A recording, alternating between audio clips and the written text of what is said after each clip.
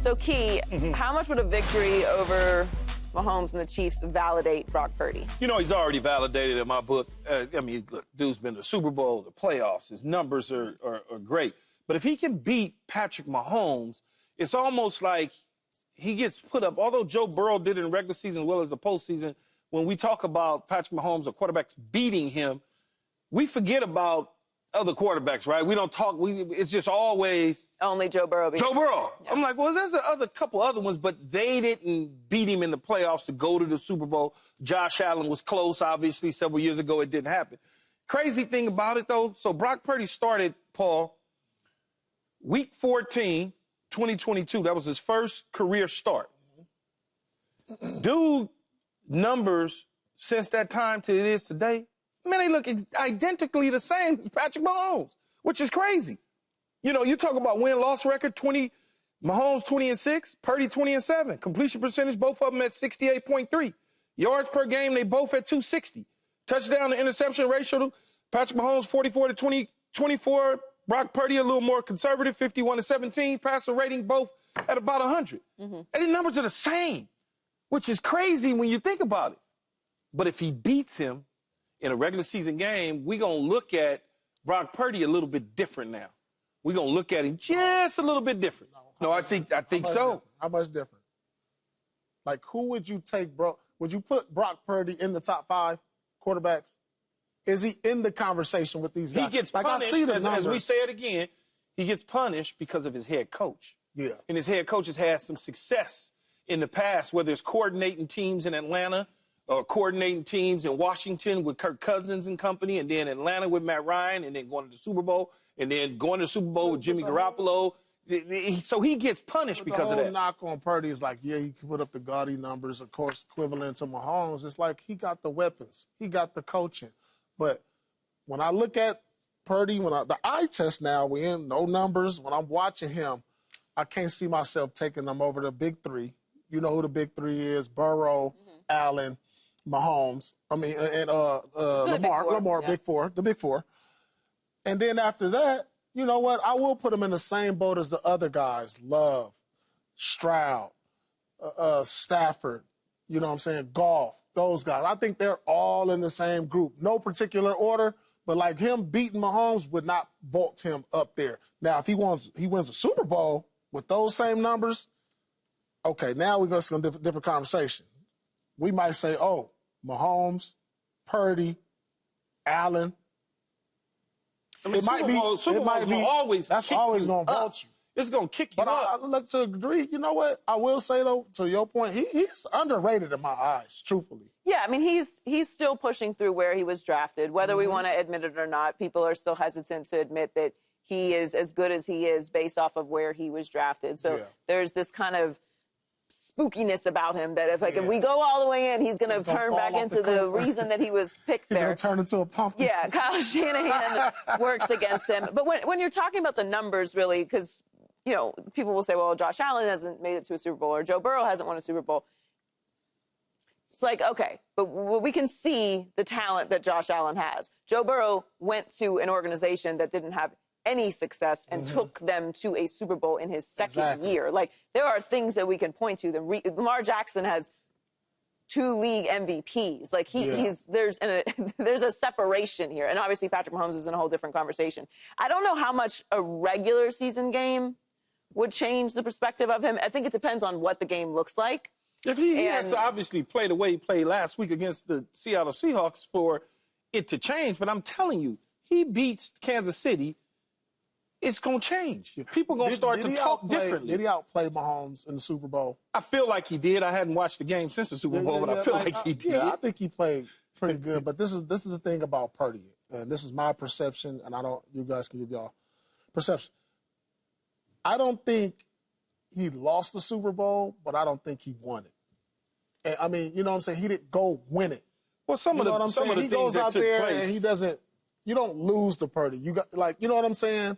Like, he doesn't go out and just beat you. Man, he doesn't go out and beat you because you don't want to believe that he's out there beating you. Because of, like Joey said, where he got drafted.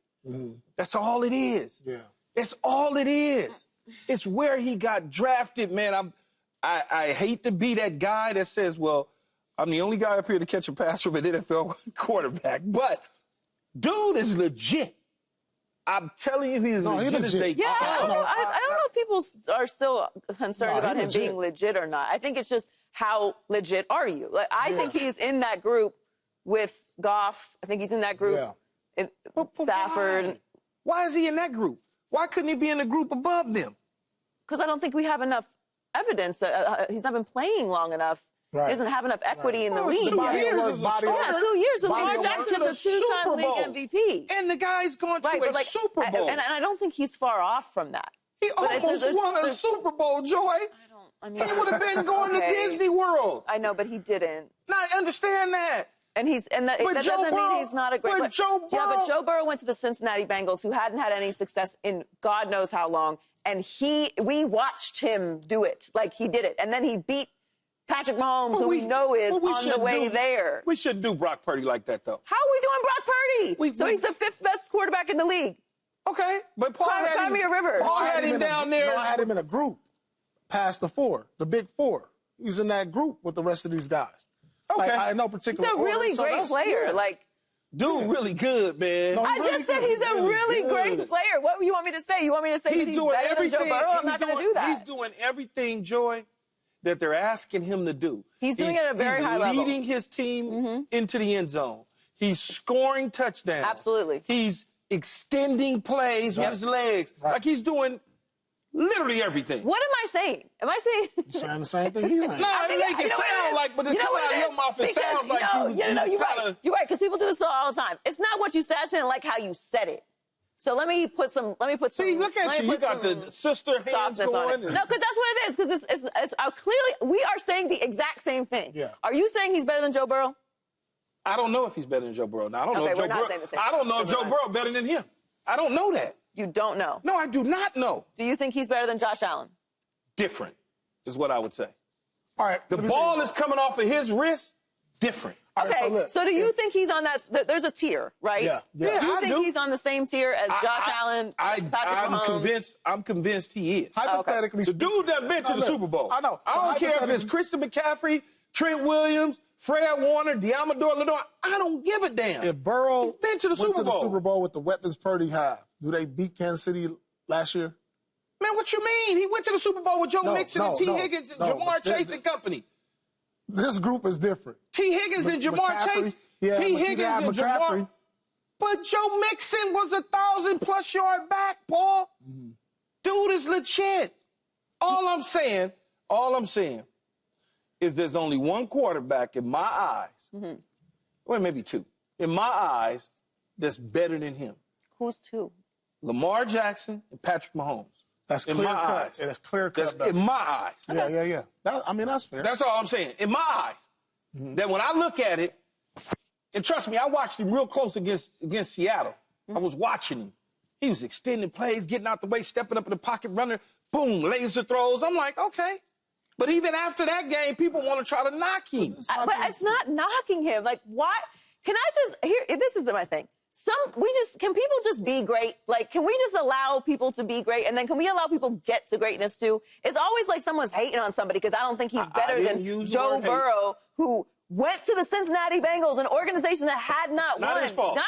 It isn't his fault, but what did he do with that organization? He turned it around, turned them into a contender, and went to the Super Bowl. They're 1-5 right now. Go ahead. Okay, all right.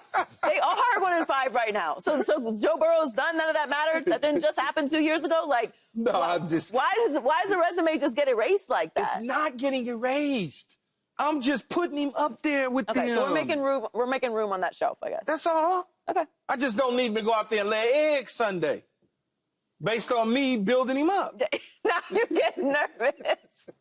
I hear you. Because, dude could. I don't think he's a pumpkin by no stretch. I don't think he's a pumpkin that. either. Man, the dude good to me. He is really good.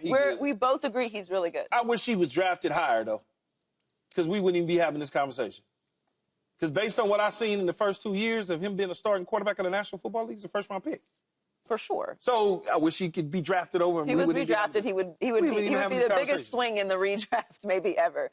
The players on the field in this one have some of the best coaching support available. You guys both know These are two good coaches. Are these, though, the best active NFL coaches facing off in this game? Are these the two best head coaches facing off in Chiefs-Niners? Are they one? Is this one? Well, I know one is one.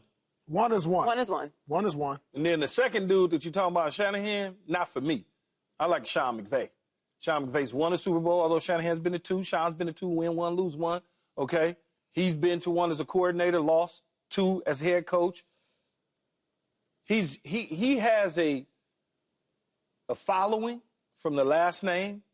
Let's start there with his dad and Shanahan. Okay. So he's always going to get the benefit of the doubt. I'm not saying he's a bad coach or anything like that. He's a really good coach.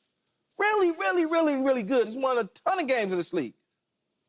But I think Sean McVay has shown me as the number 2 guy in the league, because Belichick obviously is done. He's not coaching anymore. As the number 2 guy in the league, to be able to take some of the trash, and no disrespect to those players, but those players were not great at times, and still be able to get wins and will their way to victory and find themselves in the playoffs and things like that. I look at that, I go, damn, how did he do that? And this feels like that's every single year. Or also have the wherewithal and the mindset with Les Snead to be able to say, I like Jared Goff. He took us to the Super Bowl, but I need that dude. And then go and win the Super Bowl.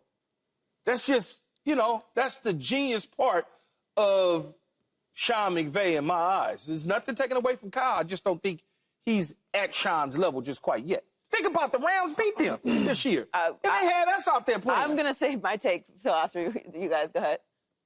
I love Sean McVay. Andy Reid is number 1. Yeah, but Andy Reid nobody, Big Red is him. I'm going to have to go to Joy's neck of the woods, Mike Tomlin. I mean, I think he doesn't get enough credit for what he's done for Pittsburgh. Mm-hmm. He's never had a losing season.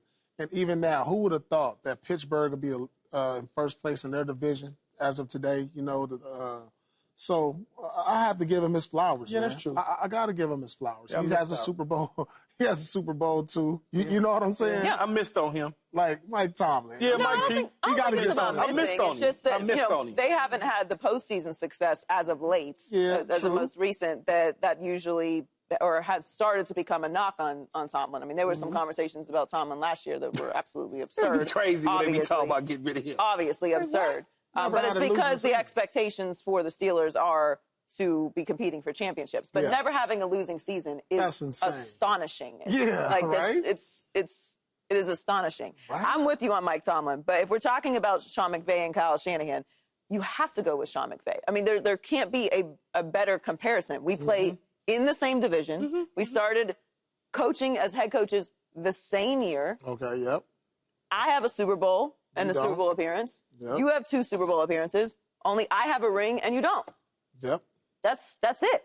That's a better coach. And I switched quarterbacks and won the Super Bowl. You switched quarterbacks and lost the Super Bowl. Right. Now, a lot of people will say, well, McVay's working with a number 1 overall pick, and then you've got Matthew Stafford, and Kyle Shanahan is not working with that material. You just said it about Brock Purdy. If he was redrafted, he would be a first-round pick. Now, I don't give the Niners any credit for Brock Purdy. That was a miracle. That was God. Yeah. That was blessings. You're living right and eating your vegetables, because you don't get the credit for him turning out to be what Brock Purdy is as Mr. Irrelevant. Well, I'm you sorry. do, because the scout that was in the room fighting for him gives the credit. I don't know his name off the top of my head, but that is the man that gets the credit. And they got him. You can't be the last pick in the draft, talk about, we evaluate. Stop. Whoever the scout was is getting the credit for that. Stop it. Stop it, stop it, stop. I'm not trying to hear that. But Kyle Shanahan, Steve Slowick, shout out Steve Slowick. That's the reason why Brock Purdy is there. He's getting the credit for that. But I just can't give it to Kyle Shanahan over Sean McVay. That doesn't mean that Kyle Shanahan isn't one of the best coaches in the league right now, because he absolutely is one of the best coaches. And the consistency and the rosters that they put together, the coaching, to your point, after you got Brock Purdy and the development and all that, of course, he's an incredible coach. But, yeah, I think you're right. I think it goes Reid, Tomlin, and then for me, it's I probably would go Reid, Tomlin. I just, for some reason, I got caught up in the game. No, because they haven't had postseason. No, but I was caught up in the game and on the West Coast. Yes, we were talking about the game, But also it's because they have not had postseason success recently as the Steelers. They are consistent. They are a competitive team. He wins with a bunch of variety of quarterbacks and putting it all together. I don't know how Yes, they keep Zach winning. Hodges. He's still in the league. Because it's a great culture. They win with defense. They have their run the ball. They have their system, and they're very well prepared. Yep. And we'll see how the rest of their Plug-and-play. season goes. Let's transition to the Jets. Speaking of Mike Tomlin, they will play the Steelers on Sunday night. Davante Adams will step on the field with Garrett Wilson for the first time on Sunday Night Football, which is very exciting for interim head coach Jeff Ulbrich, who played with a great wide receiver duo in San Francisco. Ulbrich noted some similarities between those Hall of Famers and his guys in New York. I love it. You love it? I love it. Why do you love it? Because this is a coach. Look at, he talked about Jerry Rice, who in my eyes is probably the greatest receiver that ever played. And then you're talking about a guy who mentored a young guy who Terrell Owens ended up one of the best players in football. Mm-hmm. And that's what he sees in his older receiver and his younger receiver. So, like, if I'm Davante Adams, I'm like, man, he put me in the same breath with Jerry Rice. Oh, that can do wonders for a ball club, man. It's just something about coaches and psychologically when you start mentioning greats and putting them in the same sentence. Not that he is, but he's saying there's similarities to the situation, you know. And he was like, oh, okay, because think about it, Davante Adams. If you look down the line, he's arguably the best receiver in the game. You can argue that. Mm-hmm. You know, you got, of course, you know, we know who you got out there, but there's nobody who's caught more touchdowns than him in the last few years. And Davante, he's that guy. I'm just sorry. I like when a coach gives these comparisons and boosts up the confidence. Like, if my coach came in and was like, yeah, Paul, I see a lot of Michael Jordan in you. And I'd be like, what? Like, even if it wasn't true, even if it wasn't true, I'll be like, man, that's high praise. It is high praise. That's high praise. He played with them. I'm with you. I think this is a psychological game because we don't Come on, man. we don't need to be throwing comparisons around all the time. Jerry Rice is the greatest receiver ever. Norman or something. But you're kind of with him on this. That not necessarily that he's trying to play a psychological game, but he's just comparing the mentorship that Davante can provide to Garrett Wilson. Yeah, I'm fine with the age and older veteran receiver and a young receiver trying to learn how to get open and do some things. That's usually what happens, though, with teams is you get a young receiver and you get an older guy in the room that he can learn from until it's time for him. Jerry was 38. Davante's 31. Yeah, but Jerry is like a LeBron James, so to speak, when it comes to football. Jerry might still be out there trying to play right now if he could. Wait, no, it's less about Jerry, more about Davante. Like, Davante's no, but I'm only just saying, I understand that, but I'm saying Jerry probably could have, should have retired at a certain age, but he like, man, I'm gonna play to the point where I'm gonna still be having extensions in my hair. He didn't care. That was just Jerry, you know? And so when you look at the age comparison, I'm fine with that. If it's anything other than that, when you start talking about numbers and statistics, and that's a different conversation. But as far as what Davante can bring to the room, he's right on point with that. Because you got a veteran dude who's done it, who's been there, who understands it. You're going to listen to him. First, if you ain't bringing in a dude that had a cup of coffee in the league and is a veteran and he trying to tell you what to do, you're going to be looking at him like, come on, man, go sit down somewhere. But you looking at Davante Adams, a guy who's an all-pro, who's been to Pro Bowls, you know what I'm saying, who understands how to play the position, and he also knows the quarterback. So you're watching every single move with him and the quarterback so you can pick up them habits and approach Aaron Rodgers a different way than you've been approaching him so you can get fed a certain way. You don't think this is going to be an adjustment for him? No, it won't be an adjustment because man, why did he should have named himself something else? Because I'm always botching his name. Davante, yeah. He understands who he is, and Garrett Wilson will understand who he is. Once they get in the room and the plays, he'll slide him inside. He'll be in the slot the majority of the time. They both, you giving us something. They both may be on the same side. Because you got the tongue twisted thing going today, too. But they both may be on the same side together. And so he'll learn from him. And it'll work out perfectly for him. It won't get in the way of anything. It'll make him a better player. You watch what I tell you. Subscribe here to get the latest from Speak, and go watch a few segments from our other shows on FS1.